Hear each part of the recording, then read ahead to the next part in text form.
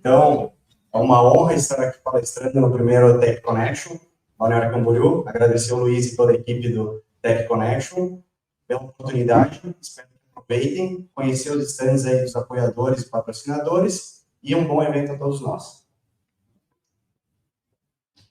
Pessoal, não podia deixar de agradecer, assim como o Luiz, a realização aqui do evento, apoio da Unialan por estar cedendo o local aqui para que esse evento seja possível. Agradecer também o apoio dos nossos patrocinadores. Então, aproveitem, passem nos stands para conhecer as empresas que estão patrocinando o evento, que é muito importante para os patrocinadores também. No ambiente do Azure.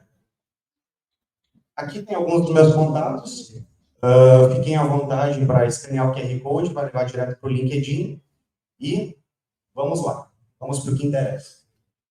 Pessoal, qual é a nossa agenda hoje? O que a gente vai tratar aqui no assunto sobre efetivamente na Azure, na Cloud, para conhecer os serviços PaaS, especificamente o Managed Instance.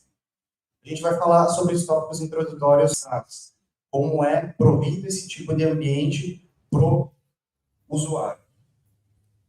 Criação dos recursos, então, quais são as possibilidades que a gente tem de criar esse tipo de recurso, se a gente utiliza interface gráfica, se a gente pode utilizar linha de comando, quais são os métodos que a gente pode criar efetivamente o nosso recurso.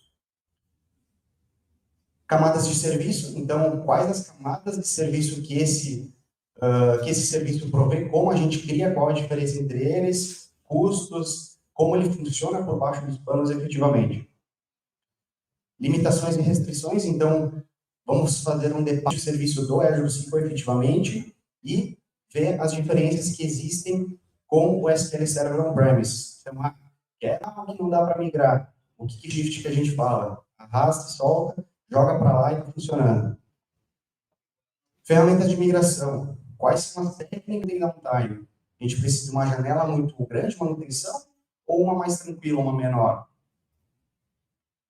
E o pós-migração. Então, não é somente migrar o ambiente dele lá, que ele na cloud, que ele vai se autossustentar. Não, a gente precisa abordar uma situação que esteja de acordo, esteja nas melhores práticas, esteja performático para o meu negócio, para a minha regra de negócio estar hábil para poder continuar lá. E, se der tempo, espero que dê tempo, que possa mostrar algumas demonstrações aqui, mas o tempo é curto, mas vamos tentar trazer uma demonstração básica e breve para a gente entender como é que funciona na prática. A gente fica à vontade. Aqui, esse slide, eu gosto de apresentar ele quando eu falo de cloud, porque através dele, a gente pode trazer as diferenças entre os tipos de serviços que o provedor cloud provê. Nesse caso aqui, a gente vai focar no Azure, mas ele serve, a regra básica serve para todos os provedores cloud, a diferença entre elas, beleza? Então, ambiente on-premises. O que fica a nosso critério, a nossa gerência? Então, aplicações, toda essa camada aqui fica para nós gerir. Então, utilizar ela, entregar ela de acordo com as melhores práticas.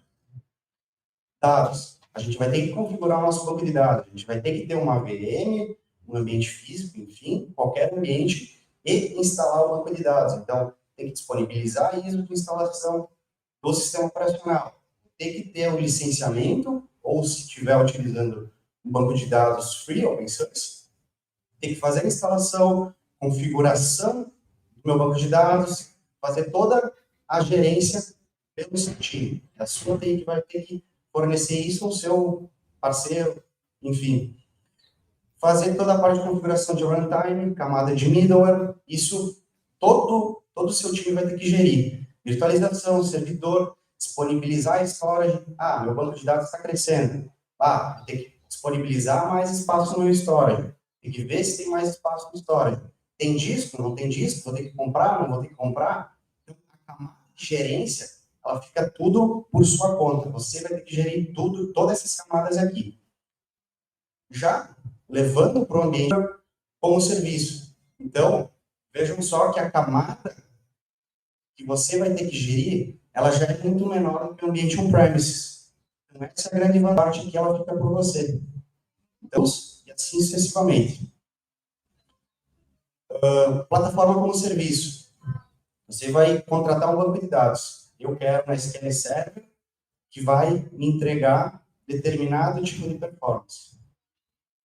Software como serviço, já a camada de serviço que você está contratando. Um grande exemplo disso seria o Office 365. Então, você vai pagar pelo software 365, mas não vai ter que gerir nenhuma dessas camadas aqui, né? Falando especificamente de Azure SQL Managed Instance, como que a gente faz para criar isso? Como que a gente cria? Eu gosto sempre de falar, o Managed Instance, logo quando veio para a cloud, logo que foi disponibilizado o serviço de Managed Instance para a Microsoft, ele era um recurso bem pesado. Então, a criação total do recurso, por que 12 horas? Por que tanto tempo para criar um recurso na cloud? Porque ela é uma camada, tem muito recurso por baixo dela que executa. Então, tem uma camada de virtualização que roda por baixo do cluster. Então, essa camada de cluster, camada de rede do recurso, ficou menos pior, vamos dizer. Demora menos tempo. Então, hoje, quando você cria o serviço de Managed Instance, ele retorna uma mensagem que pode levar até 6 horas a criação do recurso. Então, o tempo diminuiu de 12 horas. Quando eu criei a demonstração para essa palestra, eu fiz a criação do recurso e ela me retornou todo o recurso criado, toda a parte de infraestrutura que roda por baixo dos panos, é claro que não fica visível para o usuário, demorou aproximadamente 3 horas aqui. Então, o tempo já baixou da estimativa. Esse tempo aqui, ele sempre vai variar. Não é um tempo fixo, que para mim demorou 3 horas, para vocês vai ter um certo período para fazer toda a criação. Então, se você atualizar o portal do Azure lá, ele vai dizer que algumas partes já criaram, por exemplo, a parte de rede ele já criou, e demora. Tal, é via Azure CLI, pode utilizar o PowerShell, que é uma ferramenta muito poderosa para fazer a otimização da criação dos recursos.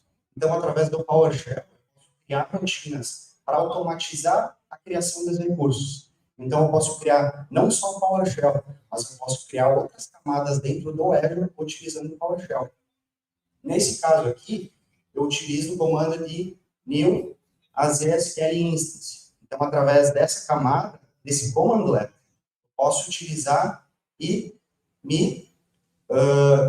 e garantir que eu possa fazer a criação do recurso pelo PowerShell. Então, eu passo os parâmetros como nome, qual o grupo de recursos que eu vou criar, aonde eu vou criar, em qual alocação, se é no Brasil Southeast, se é no Brasil Southwest, se é no East, Estados Unidos, e assim sucessivamente. Qual é o meu ID da subnet, as credenciais do meu administrador do Managed Instance, os recores eu comprovei, que a gente vai falar sobre isso também, que, diferente do Azure SQL, a gente, no Managed Instance, é somente por record. Não posso criar por DTUs, assim como eu faço a criação de um serviço Azure SQL no Azure, beleza? E qual a minha gestão? A geração da computação, beleza? É mais visual, porque você está vendo, se é um comando exigido, não vai criar, obviamente, se não é um parâmetro, ele vai criar sem esse parâmetro, e pode ser que exista a necessidade de eu recriar esse recurso depois porque eu esqueci, ou modificar via app mesmo. Pelo portal aqui, então, eu tenho todos os campos para serem preenchidos, desde a parte de criação do usuário, se eu quero não vincular com AD, e toda a parte de subnet, eu posso configurar isso tudo via otimização e schedule de criação de recursos, utilizando os comandos do AZ-CLI, que é um commandlet do próprio Azure, que pode ser utilizado via commandlet, via CMD mesmo, via prompt de comando, eu instalo uma DLL lá no meu Windows, e posso utilizar ele via Windows mesmo, ou crio uma storage account no Azure e faço a própria gerência pelo web. Antes de criar meu recurso, tenho que ter essas camadas de serviço aqui. Ou seja, como é que isso vai funcionar por debaixo dos panos? A diferença entre elas, quando tu cria uma managed instance, existem dois tipos de camada de serviço que é como ela vai se comportar por baixo dos panos. Beleza? General Purpose, propósito geral. Então, por padrão, ele vai te indicar propósito geral, que é onde se encaixa a maior parte dos ambientes. A gente já vai explicar a diferença entre elas. E o Business Critical, ela provê maior estabilidade no que diz a respeito a storage e alta disponibilidade. Então, aqui como funciona por debaixo dos panos. Então, aqui, a minha aplicação, ela vai conectar diretamente na minha instância primária, minha réplica primária. No Managed Instance, a gente chama de réplica primária e réplicas secundárias. Eu posso ter mais de uma réplica secundária. Então, aqui a minha aplicação ela vai conectar na minha réplica primária, que por debaixo dos panos, a camada de storage, ela é um SSD lá no interno que vai jogar para o meu block storage, nas camadas premium. Então, é um SSD e TPDB, ele joga para o block storage por debaixo dos panos, beleza? Azure, Microsoft Azure Service Fabric, que é um SaaS do próprio Azure, que é um serviço que roda por debaixo dos panos, que encaixa um nó secundário só para criar o apontamento da aplicação do banco de dados para esse nó. Então, camada de buffer pool, parte de gerência de memória, isso ele já transfere, ele já faz o failover disso, roda por debaixo dos panos de forma invisível para o usuário. Pode ser que fique um pouco lento, dependendo da camada que isso pode estar rodando. Beleza? Business Critical. Essa é a grande vantagem do Business Critical, tá? Camada General Purpose tem latência entre 5 e 10 milissegundos, Business Critical entre 1 e 5 milissegundos. Qual é a minha grande vantagem no Business Critical? Eu tenho um endpoint somente leitura. Então, se eu tenho uma aplicação muito custosa, que passa para a minha réplica primária, aplicações que utilizam somente reports, somente relatórios, que só façam operações de leitura, somente leitura, posso jogar para o meu endpoint secundário, que ele é somente read-only. Mas como ele faz essa mágica por debaixo dos panos? Ele utiliza a feature de Always On Availability Groups por debaixo dos panos, dentro da própria região, ou se eu tenho uma outra região, ele consegue jogar toda a minha estrutura de banco de dados para uma outra região. Então, isso é uma camada muito interessante. A gente já pegou cases que, com a camada de endpoint read-only, afogou bastante o que era produtivo. Então, tem uma grande vantagem de utilizar o Business Critical. Claro que o preço vai pagar por isso. Não existe almoço grátis como em tudo. Né?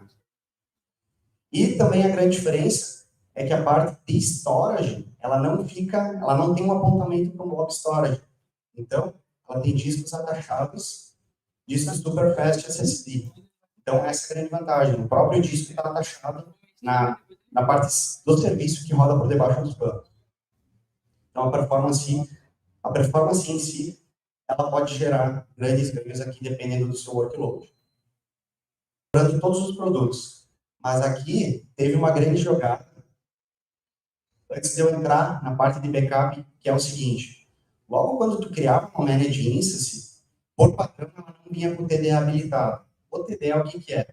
Ele é um serviço que faz a criptografia.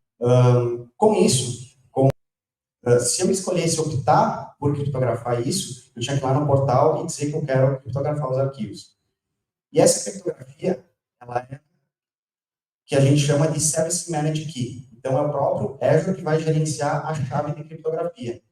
Então, ele que vai rotacionar em caso de algum problema de segurança, ele que vai fazer toda a gerência da minha chave. Hoje, que é uma chave gerenciada pelo usuário, e essa chave ela pode ficar armazenada no Azure Key Vault, que é um cofre de credenciais do Azure.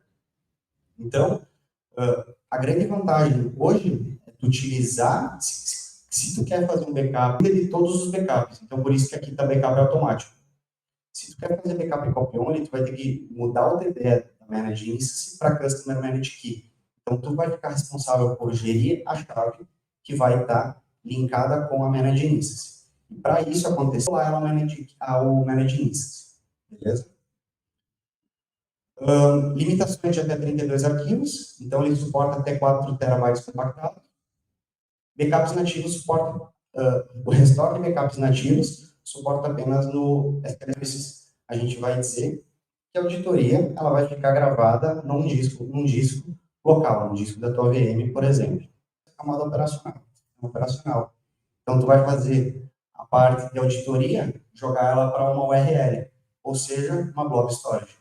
Então, eu posso criar uma auditoria, mas ela vai ficar armazenada num outro local que não seja um disco, porque você não tem acesso à camada de disco da Managed Instance. Logins. Funciona da mesma forma que um SQL Server on-premise. No SQL Server, a diferença é que se eu quiser ter acesso com o login do meu AD, Windows, eu vou dizer que é de um provedor externo. Mas é possível. E o SQL Authentication funciona normalmente. Collation. Isso aqui é muito importante. A collation é como o meu banco de dados vai interpretar os comandos, como ele vai armazenar isso. Se ele suporta determinado caractere, se ele não suporta, se ele vai diferenciar maiúscula de minúscula, se ele vai diferenciar acento e sem acento. No Azure SQL, não tem como eu escolher a collation. Ele vai criar uma collation padrão lá. Quando você cria o serviço do Azure SQL, ele vai te entregar lá a collation padrão. Já no Managed Instance é possível escolher. Então, se a minha se o meu SQL Server on-premise utiliza uma collection binária, no Managed Instance é possível dizer que a collection vai ser binária. Beleza? Objetos in memory, se o seu ambiente SQL Server on-premise business critical, na General Purpose não suporta. O SQL Server utilizar o Command Language Runtime em algumas DLLs, então a aplicação consultava o banco de dados funciona somente via assembly. Quando tu cria a DLL, especifica se ela vai ser externa ou se ela é uma assembly CLR. O linked server, efetivamente, que eu tenho mais próximo do linked server é o external tables, que são links entre as tabelas de bancos de dados de Azure SQL diferentes. Linked server. Então, destinos de linked server, tenho como suporte managing outros serviços de managed instance, SQL Database, o Synapse Serverless Dedicated Pools e SQL Server Instances On-Premise. Tranquilo.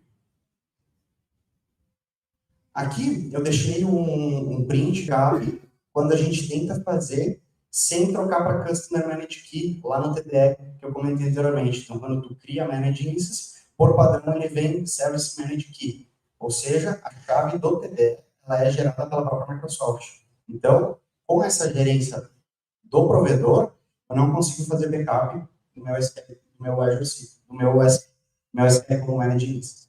Então, eu tenho que obrigatoriamente ir lá e trocar para Customer Managed Key.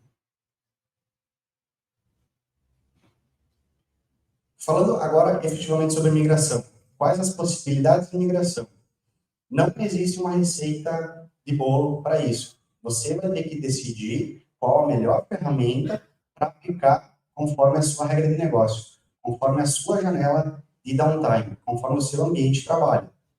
Então, se eu tenho uma janela de downtime que eu posso fazer qualquer operação depois das 11 da noite, eu tenho que trabalhar depois das 11 da noite, com tempo de migração até 8 da manhã, 7 da manhã.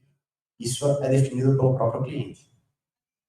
Quais são as opções que a gente tem, então, como ferramentas de migração? Mas aqui, dependendo do seu tamanho do banco de dados, pode ser que isso se torne inviável, por causa do tempo que vai demorar para fazer o backup e tempo que vai demorar para fazer o restore. Isso tudo vai depender das sua licença da SQL Server. Então, se eu tenho uma SQL Server 2012, eu não posso fazer o backup direto para o Blob C2, eu consigo fazer o backup diretamente para o Blob Storage. Então, tem que avaliar primeiramente qual é a sua versão do SQL Server para definir se o backup vai direto para o Blob ou se ele vai fazer primeiro para o disco e depois eu vou utilizar, por exemplo, um ACCOP, Command Line do PowerShell, para fazer essa transferência de arquivos e, dependendo do tamanho do banco de dados, eu posso fazer esse split. Então, eu tenho 200 do meu backup, ou seja, dividir ele em vários arquivos para que a cópia ela seja mais fácil e mais rápida, arquivos pequenininhos, para que a cópia ela seja mais viável para fazer a transferência. Azure SQL Migration Extension. O que é isso? Isso é Azure Data Studio. É uma ferramenta BI, assim como o SSMS, o Management Studio, que ela é utilizada para fazer a migração, ela é utilizada para fazer a gerência com o SSMS. Só que eu tenho um leque maior de abrangência dentro do Azure Data Studio. Então, através dessa ferramenta, eu consigo fazer algumas gerências de PostgreSQL, Azure SQL, MySQL. Eu tenho um leque maior dependendo de acordo com as extensões que eu tenho instaladas no meu Azure Data Studio. Mas como que funciona pelo Data Migration Service? Por baixo dos panos, ela vai utilizar o serviço de migração do Data Migration. Esse Data Migration Service, ele é um serviço da Microsoft, ele é um serviço da Microsoft que tu faz o download e a gerência dele pelo próprio Azure. Ele é um serviço que você vai vincular e vai dizer, quero migrar um Azure com um SQL Server On-Premises para um Managed Instance. Eu consigo, através dele, dizer isso. Eu posso fazer vários backups, jogar para o Blob Storage e fazer o restore. Basicamente é isso. Link Feature for SQL Managed Instance.